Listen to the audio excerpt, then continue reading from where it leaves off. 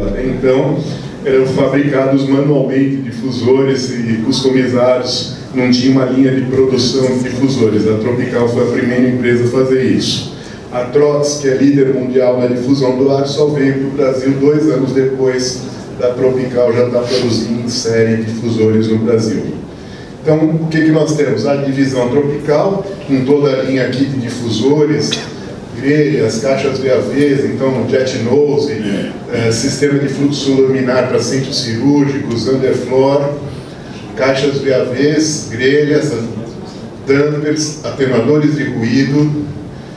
Aqui em 1921 nós aceitamos o desafio de produzir uma veneziana para 2 grandes data centers que estavam em construção no Brasil e que vinha com um projeto americano de louvers, eles chamam nos Estados Unidos as venezianas, que tinham que resistir à tempestade de ventos, porque esses data centers não iam ter refrigeração mecânica, ia ser 100% de ar externo com resfriamento adiabático. Resultado, nós desenvolvemos esse produto, mas tivemos que provar que esse produto funcionava na tempestade de vento. Aqui vocês veem aqui o produto instalado, e aqui vocês vão ver o laboratório que nós tivemos que montar para provar pela norma americana, numa tempestade de vento com 65 km por hora de vento, mais de 200 milímetros de chuva, não podia passar mais do que 1% da água jogada contra a veneziana, podia passar pelo lado interno da veneziana.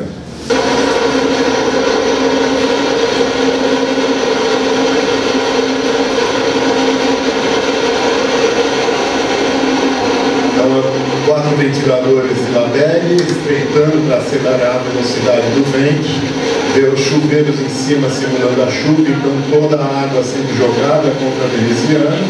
Na parte da frente aqui essa piscina para recolher a vazão de água, e a gente, pelo nível da piscina, fez a leitura de qual foi a água, a quantidade de água jogada contra a veneziana. E vocês vão ver então aí do lado de trás, tinha uma outra bandeja onde a gente recolhia aquilo que passou de água nesse teste. Vê que foi muito pouco que passou de água, deu 0,45%, a norma permitia até 1%, então nós fomos aprovados e conseguimos fazer esse fornecimento, e agora isso virou um produto de linha aí da divisão Tropical das indústrias TOSE. Mudando para outra divisão das indústrias TOSE, a divisão Jellyfish, é uma divisão do ano de 2000, fabricando bombas de calor. Então é a divisão de água quente.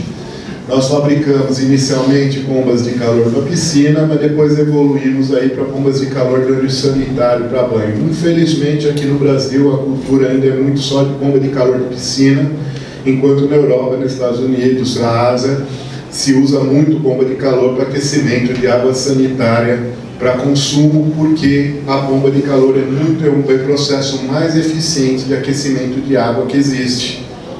E daí nós também evoluímos para essa bomba de calor aqui, que nós passamos a produzir, que é uma bomba de calor que eu chamo de evaporação à água. Por que eu chamo de evaporação à água? Porque na bomba de calor tradicional, a serpentina é o evaporador do ciclo frigorífico. Então é o ar que faz a evaporação do fluido refrigerante. Nesse caso, eu tenho 2 trocadores da placa, o evaporador também vai estar circulando água em fluido refrigerante, então é a água que vai fazer a evaporação do fluido refrigerante.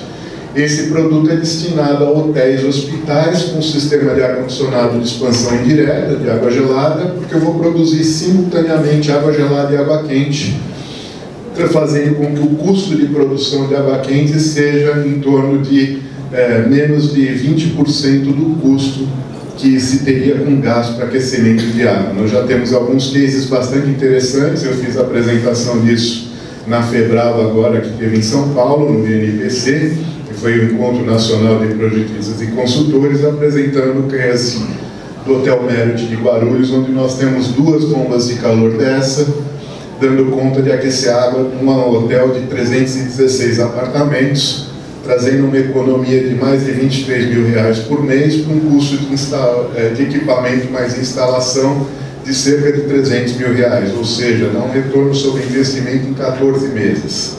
Então esse é um produto que a gente aposta muito da divisão Jellyfish. Os últimos 2 anos nos Intrax, essa era a minha apresentação, era a apresentação de água quente, mas daí esse ano eu quis mudar o tema, não vou falar de outra coisa. Vocês entenderem um pouquinho como é que é o funcionamento desse sistema, tenho aqui uma instalação, o seu sistema de ar-condicionado, meus fancóis demandando água gelada, minha central de água gelada produzindo água gelada. Por outro lado, eu tenho o reservatório de água quente num hotel no hospital, demandando água quente. À medida que eu consumo essa água quente e reponho com a água da rua fria, cai a temperatura do reservatório. O que normalmente a gente vê nas instalações aqui é uma bateria de aquecedores a gás de passagem para circular a água desse reservatório e manter a sua temperatura. Qual que é a proposta desse sistema? A bomba de calor aqui é representada dentro da linha pontilhada pelos seus 4 componentes do ciclo frigorífico: compressor, evaporador, dispositivo de expansão e condensador. Quem rejeita calor no ciclo de ar-condicionado é o condensador. Então eu ligo o condensador no reservatório de água quente da mesma forma como está ligado aqui os aquecedores a gás de passagem. A grande diferença é o que eu vou fazer com o evaporador, que na bomba a ar, o evaporador eu estou pegando ar externo. Aqui eu faço uma picagem na minha linha de retorno, passo aqui pelo meu evaporador e devolvo ela para a minha própria central de água gelada. Ou seja, hidraulicamente eu ligo ela em série com o meu chiller. E com isso, toda vez que o compressor entra em funcionamento para manter a temperatura do reservatório de água quente, eu estou produzindo simultaneamente água gelada e rejeitando para o meu sistema. O meu chiller não vai saber que tem alguém produzindo água gelada para ele. Para ele é como se a demanda dos fancóis diminuísse, ele vai diminuir o seu consumo e, consequentemente, sua capacidade e, consequentemente, o seu consumo de energia. E daí eu consigo transformar qualquer instalação convencional de água gelada numa instalação de recuperação de calor sem ter que trocar o chiller, apenas adicionando aí uma bomba de calor no meu sistema. Daí passando agora para a divisão TOSE, que é a divisão de equipamentos de ar-condicionado, temos toda a linha de fan coils, chillers, equipamentos de expansão direta, rooftop, self-condensação a ar, condensação a água. Temos toda uma linha de equipamentos chamados equipamentos de precisão para data centers, rooftops também de alto fator de calor sensível, splits de alto fator de calor sensível. Esse equipamento aqui, a linha Wall Mounted, hoje é o equipamento que mais nós estamos vendendo para eletrocentros, que normalmente você via nas redes de telefonia, equipamentos Wall Mounted de 5, 10 TRs, nós estendemos a nossa linha aí para até 30 TRs de capacidade. Nós estamos com a fábrica lotada agora até o final do ano por conta da demanda desse tipo de equipamento Wall Mounted, que nós estamos liderando o mercado de Wall Mounted. Esse equipamento também é para data center, para a parte de data center sem piso elevado, que muito pé direito baixo, você coloca entre os racks de servidores, cria uma cortina de vento na frente e capta o ar da traseira dos servidores. Temos também toda a linha de equipamentos para hospitais, indústrias farmacêuticas e etc. Nosso que a gente chama da linha TOPS Excelência. Esse é um equipamento totalmente customizado. Aquilo que o projetista inserir no seu projeto, a gente vai fazer o equipamento exatamente conforme especificado pelo projetista, atendendo a revisão da 7256 com todos os níveis de filtragem e atende também a DW143 em termos de estanqueidade do equipamento. Ainda dentro da linha hospitalar e dentro aí da revisão da 7256, nós temos o nosso fan colete hospitalar, que pode ter também até 3 níveis de filtragem, com vazões de ar para 1, 2 e 3 TRs, né, 680, 2000 e pouco, 1000 e qualquer coisa, e 2000 de vazão. Durante a pandemia, nós lançamos essa caixa de ventilação com filtragem EPA, que você poderia tanto fazer a recirculação do ar do ambiente para reduzir a carga viral e a reduzir particular e a carga viral, como também, como ele tem de uma empresa americana chamada Multistack, que ela é líder mundial na fabricação de chillers modulares, como vocês veem aqui, conexão hidráulica, para permitir o retrofit de lugares de difícil acesso, levando chillers através de módulos e montando os módulos e criando um chiller de maior capacidade. E também é uma empresa precursora no uso deste compressor aqui, que é o compressor Danfoss Turbocore, que é um compressor de altíssima eficiência energética, principalmente quando comparado na faixa de atuação que ele pode estar trabalhando. Por quê? Porque o compressor centrífugo é a forma de compressão mais eficiente que existe, só que se a gente só via centrífugos a partir de 300 TRs. Esse compressor ele parte de 80 TRs, então traz a eficiência do compressor centrífugo para a faixa de operação ali do scroll e do parafuso. Ele também permite você fazer um chiller a ar com um compressor centrífugo, que normalmente chiller a ar é scroll ou parafuso, então eu trago a eficiência do compressor centrífugo para a condensação a ar. Ele já é, não nem digo que é inverter, mas ele já é de natureza de rotação variável, então eles têm o benefício do inverter em cargas parciais de ser muito mais econômico. E, finalmente, a cereja do bolo é que ele não utiliza óleo, ele usa o princípio da levitação magnética em seus mancais, de forma a reduzir o atrito e reduzir todo o trabalho que se tem de controle do óleo num sistema de frigorífico. E agora vamos efetivamente para aquilo que é o tema da apresentação, que é o uso do equipamento dedicado ao tratamento do ar externo. E esse uso vem em função do quê? Em função de controle de umidade. Se a gente pegar a definição do Willis Carrer aqui para ar-condicionado, traduzindo aqui esse texto, o ar-condicionado ele foi criado para controlar a umidade. Hoje a gente fala muito de ar-condicionado para temperatura, mas ele foi criado para controlar a umidade. Então aqui, ó, o controle da umidade do ar, tanto aumentando como reduzindo o seu conteúdo. Somado ao controle de umidade está o controle de temperatura, purificação, movimentação e ventilação. Ou seja, o princípio inicial da criação do ar-condicionado foi o controle de umidade, algo que às vezes a gente está negligenciando aqui. Então, o sistema de ar-condicionado tem como objetivo o quê? Manter e controlar a temperatura do corpo seco, umidade absoluta, renovar o ar, movimentar e distribuir o ar. A gente espera que ele faça esse controle de uma forma confiável, com um mínimo de manutenção e um máximo de eficiência energética. É isso que a gente espera dentro de um sistema de ar-condicionado. Baixo custo inicial, seja acessível, atender essas regulamentações e normas exigentes. Só que se a gente vai falar de umidade, vamos tentar entender então um pouco mais sobre umidade, que é alguma coisa que a gente vê que é meio que mal entendido no mercado. A gente vê muito falar de umidade relativa, umidade absoluta, ponto de orvalho, temperatura de bulbo úmido. Vamos entender o que é tudo isso. Então, falando inicialmente de umidade absoluta. O que é a umidade absoluta? É a quantidade de água na forma de vapor contida no ar atmosférico em relação à sua massa ou volume. Então, ela pode ser expressa em gramas por quilo de vapor ou quilograma por quilograma de ar seco. Então, o que acontece? Aqui no ar, que nós estamos aqui nesse ambiente, existe água na forma de vapor. Então, por isso que ele está invisível, porque ele está na forma de vapor. A quantidade de água na forma de vapor que o ar pode ter depende da temperatura. Quanto mais alta a temperatura, mais vapor de água a gente consegue ter. Quanto menor a temperatura, menos vapor de água a gente quer ter.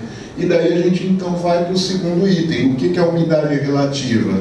É a capacidade do ar reter água na forma do vapor, é função da sua pressão e temperatura. Quanto mais alta a umidade, mais a temperatura mais retém. Então, quando que é a umidade relativa? Por exemplo, se eu estou a nível do mar, com 22 graus, e a gente vai na carta psicométrica e vê que ele pode reter 16,74 gramas de vapor de água por quilo de ar seco, e se eu medir esse ar tiver com 8,37, eu vou dividir 8,37 por 16,74, vou chegar na relação de metade, 50%. Então, isso é que é a umidade relativa.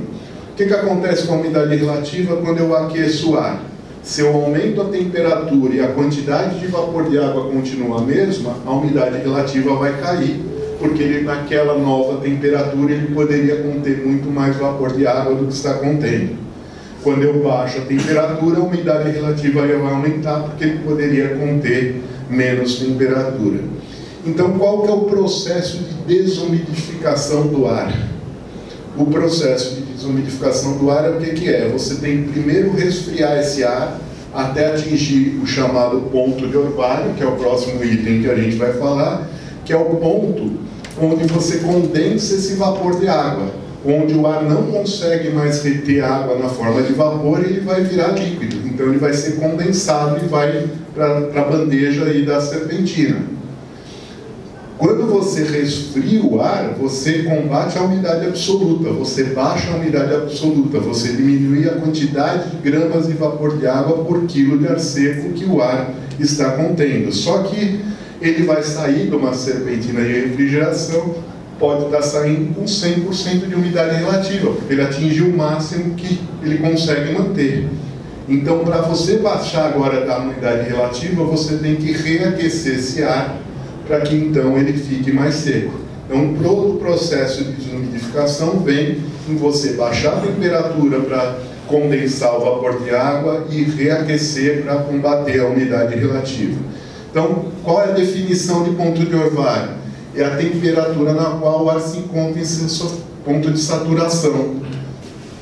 No ponto de orvalho, a temperatura de bulbo seco, temperatura de bulbo úmido, temperatura e a umidade relativa é 100%, e as duas temperaturas de bulbo seco e bulbo úmido são iguais. Aqui eu coloco essa homenagem ao professor Oswaldo Bueno, porque os próximos slides até dessa apresentação vêm de uma apresentação que o professor Oswaldo Bueno fez no Fórum Latino-Americano de Eficiência Energética da ASHEM de 2010, onde ele faz esse comparativo de sistemas de controle de sistemas de ar-condicionado e como eles trabalham a umidade nesses sistemas. O sistema tradicional que a gente está acostumado a trabalhar, qual que é? Nós temos aqui o sistema de ar-condicionado, a serpentina e o ventilador. Eu tenho um ambiente, eu pego o ar do ambiente, uma parte desse ar vai ter fugas e vai estar saindo, eu misturo o ar externo com o ar de retorno e eu entro com ar de mistura no meu equipamento de ar-condicionado. E esse ar de mistura que é resfriado e introduzido no ambiente. O que acontece com esse sistema? Então, aqui algumas premissas desse estudo feito pelo professor Oswaldo Bueno.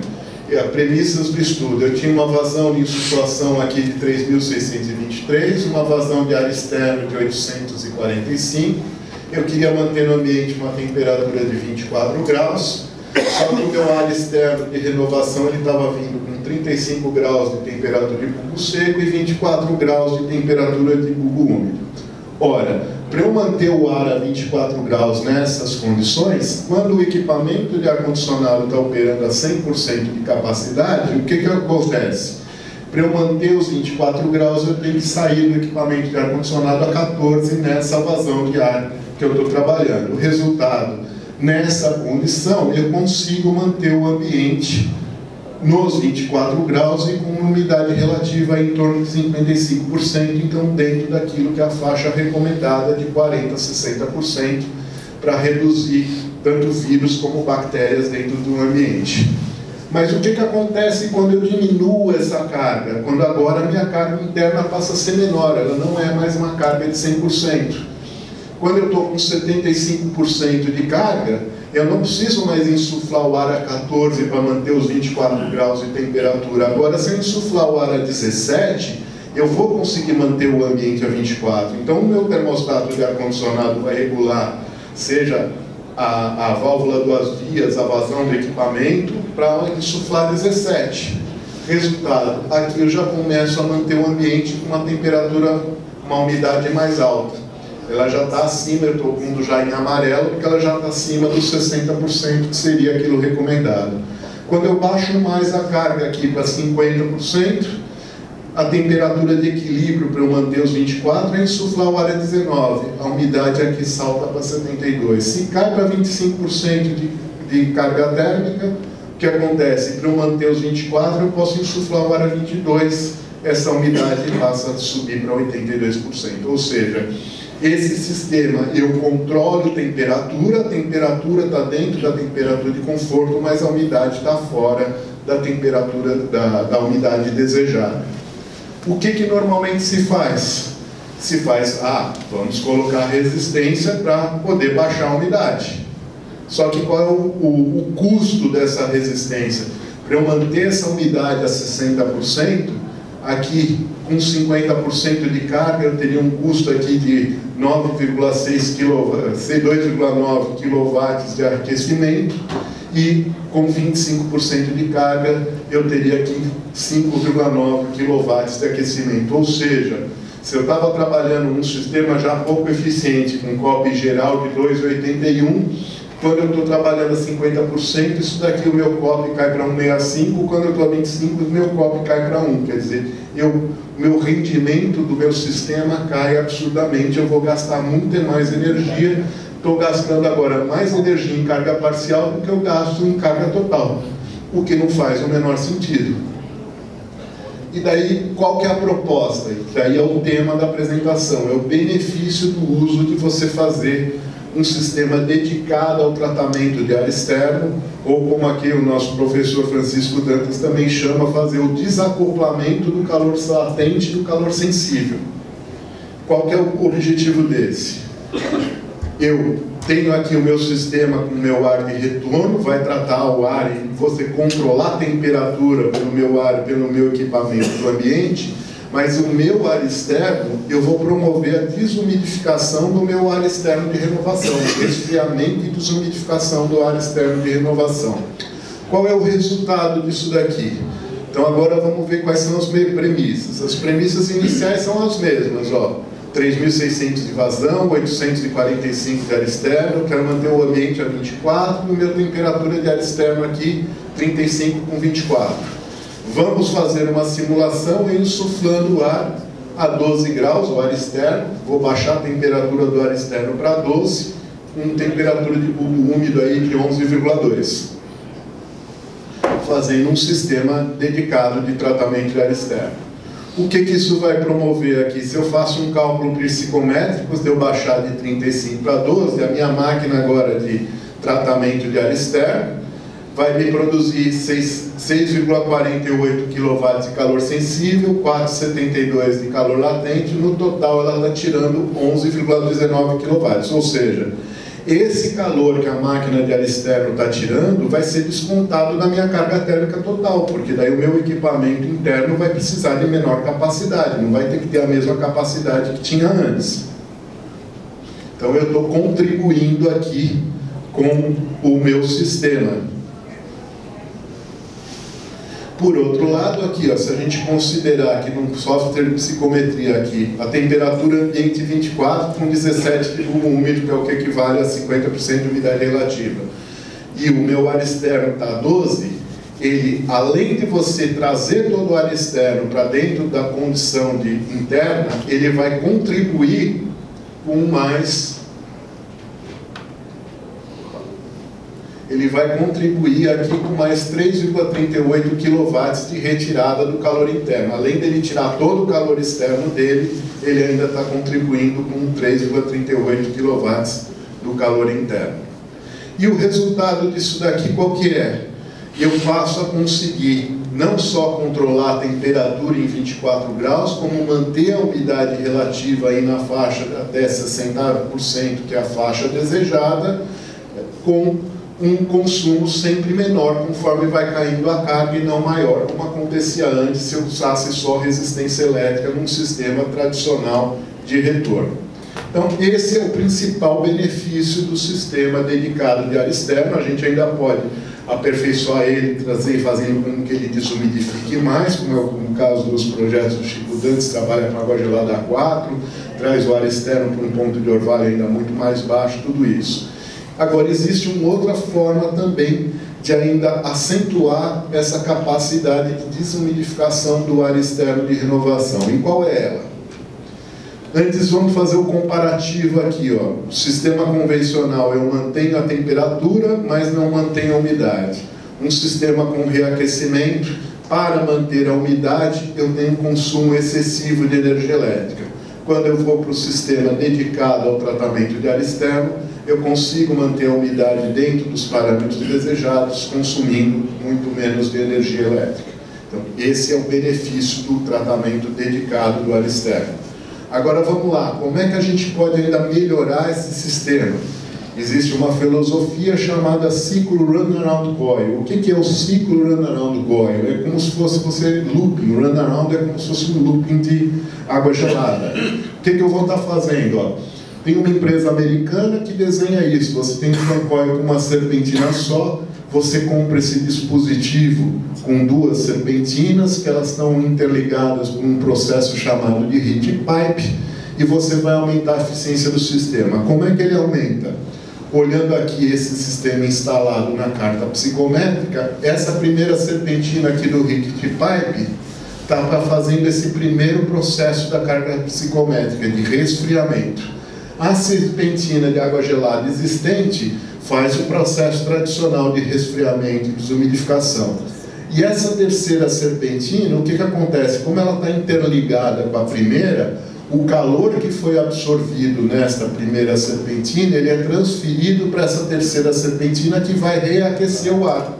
Ou seja, eu consigo fazer um reaquecimento sem gastar energia elétrica em resistência. Ele é um aquecimento gratuito vindo do próprio calor absorvido da primeira serpentina. Só que esse é um processo inviável de você fabricar aqui no Brasil e está colocando isso no mercado. A gente não tem demanda para isso e o processo de heat pipe é um processo sofisticado. Mas a gente pode dar a nossa solução tupiniquim para esse sistema. Qual é a solução tupiniquim aqui? Qualquer fabricante de fan coil, você pode comprar um fan coil com 3 módulos serpentinas e um módulo ventilador. Então, como é que a gente dispõe isso? Ó? Aqui eu tenho primeira serpentina, segunda serpentina e terceira serpentina. O que a norma NBR 16401 fala? Ela fala o seguinte, olha, você não deve usar mais do que 6 filas e 480 aletas por polegada. Por quê? Porque senão depois você não consegue limpar essa serpentina.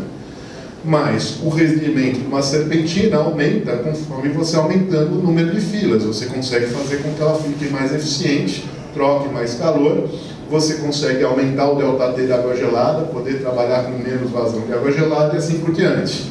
Então, a partir do momento que eu coloco 2 serpentinas de água gelada aqui em série, mais afastadas, para que eu possa fazer a manutenção, a limpeza dessa serpentina, 2 serpentinas de 6 filas vão ter o rendimento de uma serpentina de 12. Eu simplesmente dividi em 2 e separei para poder fazer a manutenção, a higienização, a lavagem. Resultado. Se eu diminuo a vazão de água, porque agora estou com uma serpentina que está rendendo bastante, o que eu faço? Eu entrando água gelada aqui, nessa segunda serpentina, a 7 graus. Essa água vai subir de 7 para 12,5. Eu mando essa água 12,5 para a primeira serpentina. O que acontece? Como eu estou aqui no Rio de Janeiro entrando com água a 38 graus, o que acontece? 38 graus, entrar com água 12, tem calor para burro para ser trocado. A serpentina rende, que é uma maravilha, porque a diferença de temperatura entre a água gelada aqui e a temperatura é grande. Resultado, eu consigo esquentar essa água para 20,4 graus. E eu baixei na primeira serpentina, eu baixei de 38 para 18 graus. Eu baixei 20 graus aqui o ar e eu subi a temperatura da água em 13 graus. Resultado, quando passa aqui para a segunda serpentina com água a 7, esse ar aqui que veio a 38, baixou para 18, agora ele baixa para 11 graus. Eu estou agora com ar a 11 graus, então eu estou com um ponto de orvalho de 11 graus.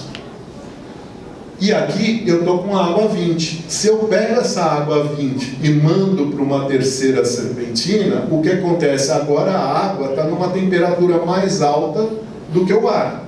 Eu vou fazer o processo inverso. Agora essa serpentina passa a ser uma serpentina de reaquecimento. Então o ar aqui que estava a 11 vai subir para 18 graus e a água que estava a 20,4 vai cair para 17,9 graus. É a esse princípio, esse looping de serpentinas, que a gente dá o nome de ciclo runaround coil, que é aquilo que eu estou recomendando para o tratamento de ar externo. Então imagine o seguinte, aqui vocês têm bastante umidade aqui, porque nós temos todo o Rio Guaíba, tudo isso. Se a gente pensar no Rio de Janeiro, pensar no Nordeste, todas as capitais do Nordeste, com exceção de Teresina, são à beira-mar. Um dos grandes problemas que a gente vê, qual que é? A gente pegar hotéis e hospitais e que o projeto de renovação de ar é um projeto só com uma caixa de ventilação. Quando eu coloco uma caixa de ventilação para insuflar o ar externo dentro do ambiente, eu estou levando toda a umidade da beira-mar, do ar à beira-mar, para dentro dos ambientes. Não há máquina de ar-condicionado que vai conseguir manter a umidade dentro dos ambientes. É muito mais lógico a gente fazer o tratamento desse ar externo e desumidificar a nossa maior fonte de umidade, que é o ar externo, desumidificar na fonte. E essa forma desumidifica muito mais. Você consegue chegar num ponto de orvalho mais baixo, numa umidade absoluta mais baixa, pelo fato de você ter 2 serpentinas de 6 filas, isso é o que permite chegar numa umidade absoluta mais baixa, e você faz o reaquecimento, que é para quebrar a umidade relativa, sem ter custo energético. Muito pelo contrário, além de eu não ter que colocar resistência elétrica para reaquecer esse ar, eu vou estar diminuindo a minha demanda para o chiller, porque agora, se fosse só as 2 serpentinas, eu estaria voltando com uma água a 20,4 graus. Como eu passei pela 3ª serpentina que fez o reaquecimento e caiu a temperatura da água, a minha carga térmica diminuiu, porque a água vai retornar para o chiller agora a 17,9 graus. Vamos fazer agora um comparativo de uma serpentina contra as 3 serpentinas. Você só vai aumentar o seu custo inicial, mas depois o custo operacional é muito melhor, você está trabalhando muito melhor. Quando eu estou com uma serpentina só, o que acontece? Eu estou pegando aqui o ar a 38, com 25,6 de bulbo úmido, a vazão de 6,300, estou entrando com água a 7, uma vazão de 6 metros cúbicos por hora é a minha vazão de água. Com uma serpentina de 6 filas, eu vou conseguir baixar essa temperatura para 14,4, só que ele vai estar atingindo 93% de umidade relativa. Resultado, a minha umidade absoluta aqui está em 9,63 e a minha capacidade de resfriamento e desumidificação foi de 76 kW. Quando eu coloco as 3 serpentinas num ciclo run-around coil, o que acontece? 2 vão resfriar para 11 e a terceira vai aquecer para 18. Então eu vou estar aqui com 18,8. Nessa temperatura, a minha umidade relativa já está abaixo de 60% e eu ainda estou contribuindo com a refrigeração do ambiente, porque eu já estou ainda numa temperatura mais baixa do que a temperatura de conforto ali, que seria de 23, 24 graus. Então, a minha capacidade aqui, a minha umidade absoluta ficou menor, ó, de 9,63 foi para 8,03. Meu ponto de orvalho aqui, que aqui era 13, aqui está em 10,7. Minha temperatura aqui de saída da água ficou a mesma. Resultado, se a temperatura de entrada e a vazão de água e a temperatura de saída permaneceram a mesma, a minha demanda aqui para o chiller continuou igual. Só que a minha capacidade de resfriamento e desumidificação foi de 93,84%, e deste calor que eu absorvi aqui, 17 eu devolvi ele para fazer o reaquecimento, de forma que a conta fecha na mesma condição. Então a minha demanda para o chiller ficou igual, mas eu fiquei com um ar muito mais seco para eu mandar para o meu ambiente e assim reduzir. Isso é muito importante, a gente vê muitos casos de hotéis e hospitais em lugares úmidos com problema de mofo. O mofo é por conta disso, pela dificuldade que a gente tem de fazer essa questão de tratamento de ar, de entender de psicometria e fazer o processo de desumidificação. Agora vamos me perguntar, bom, e como é que eu vou trabalhar isso em carga parcial?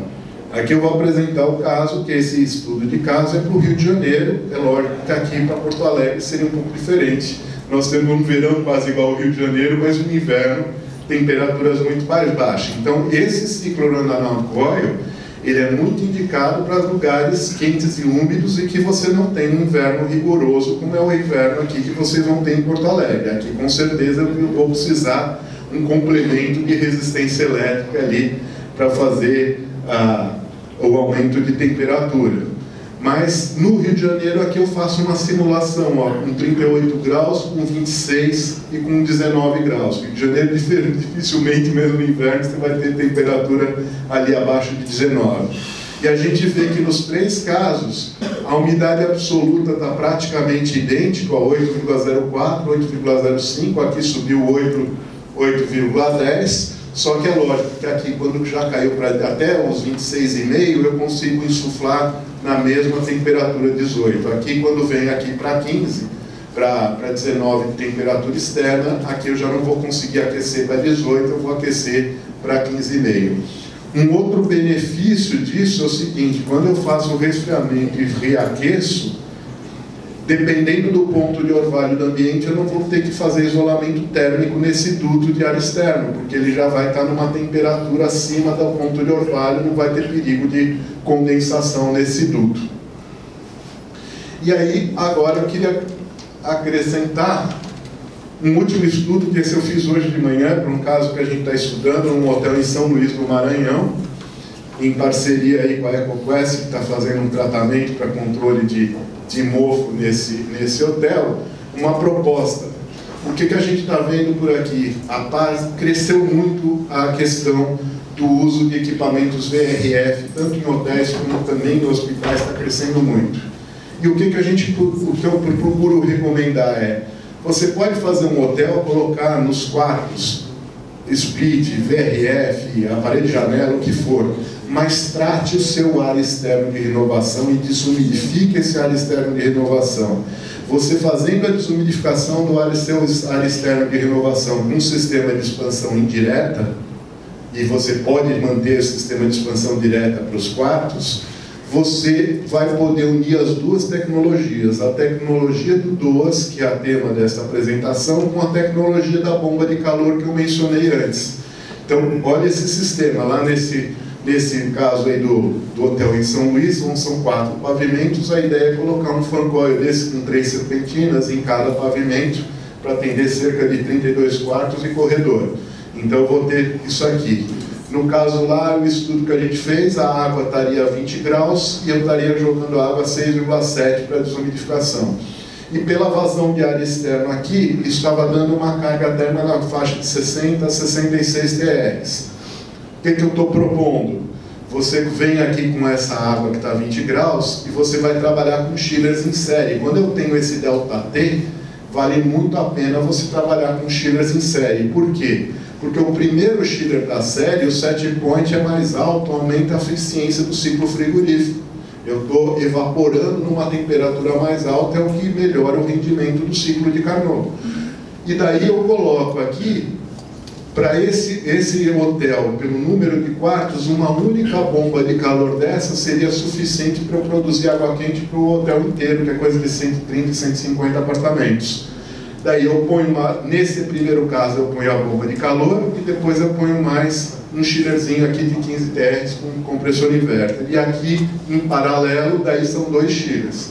Ou seja, com esses 4 equipamentos, 3 chillerzinhos de 15 TRs mais uma bomba de calor, o resto dos quartos vai estar com split, aparelho de janela, nem sei o que tem lá, mas eu faço a desumidificação do ar externo e aproveito a desumidificação do ar externo de expansão direta com água gelada ainda para produzir água quente para todo o hotel. Então, era isso que eu queria apresentar para vocês. Estou à disposição aí para perguntas. Muito obrigado pela atenção de todos.